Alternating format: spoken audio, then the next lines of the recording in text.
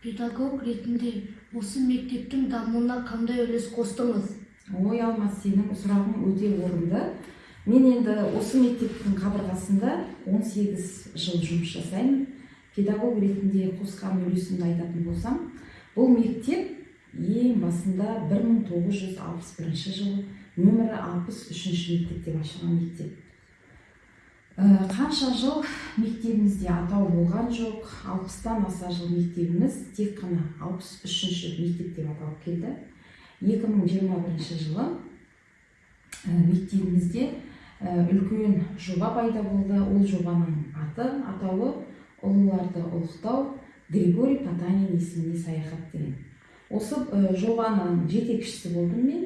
Жобаның жетекшісі ретінде бірнеше жұмыстар атқардым. Сол жұмыстардың бірі міне қазір екеуміз отырған музей. Яғни Григорий Потанин есімін мектебімізге алу үшін бірінші мектебіміздің шаңырағында Григорий Потанин және біздің Алаш зиялылары деген үлкен музей ашылды. Кейінірек осы жылы 2021-ден 22-ші қараған оқу жылында, яғни ең бірінші қалалық дәрежедегі алғашқы Григорий Потанин оқуларына байланысты конференция өткізілді. Оны біз онлайн форматта ұйымдастырып өткіздік. Неге десеңіз, ол кезде карантин уақыты, жинауға болмайтын, сондықтан онлайн форматта өткізілді. Өзіңе айтып тұрған біздің мектебіміздің есімі міне Григорий Потанин деген осы үлкен ғалымның есімін қазір алып жүр. Бұл кісіні алудағы мақсатымыз есіміміздің, яғни Григорий Потанинді балаларға насихаттау. Ол кісі біздің қазақтың үлкен зиялы адамдарымен дос болған, сол кісілермен қарым-қатынаста болған адам. Енді есімді алу деген, бір үлкен мектепке есімді алу деген оңай зат емес, оңай дүние емес, оны бере салмайды бет алды. Оған қаншама жұмыс жасау керек. Жаңа ғана айтып өттім, бірінші музей аштық. 2022 жылы біз қалалық деңгейдегі конференция өткіздік үлкен ғалымдармен. Және ең басты біздің нәтижеміз 2022 жылы тағы бір конференция өткіздік. Ол халықаралық дәрежедегі конференция болса, Григорий Потанин есімімен байланысты. Біз білеміз, Григорий Потанин кезінде біздің әйгілі ғалым атамыз Шоқан Уәлихановпен екеуі керемет үлкен дос болған адамдар бала кезінен.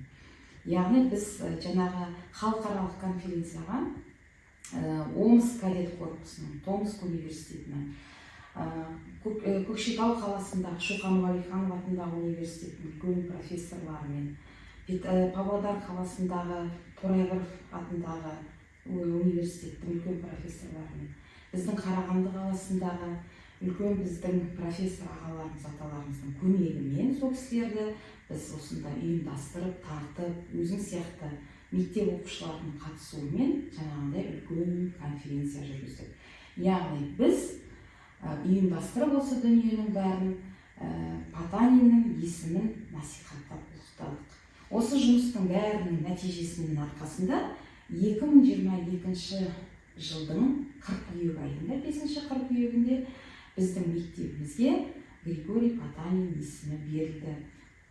Біз бұл есіммен өте мақтанамыз. Неге десеңіз, балаларға деген, яғни білім саласында жұмыс жасағандықтан, біз балаларды, яғни мемлекетіміздің дамуына үлес қосатын, сондай болашақта осы кісілер сияқты жарқын жұлдыз болатын балаларды тәрбиелеу біздің мақсатымыз. Ал бұл кісілердің жүріп өткен жолы бұл бізге жол. Яғни Потанинға еліктесе, біздің үлкен ғұлама ғалымдарымызға, біздің алаш қайраткерлеріне біздің балаларымыз еліктеп, сол кісілердің ізімен жүретін болса, біздің мемлекетімізде болашақта үлкен жақсы азаматтар шығатынына сенімдімін.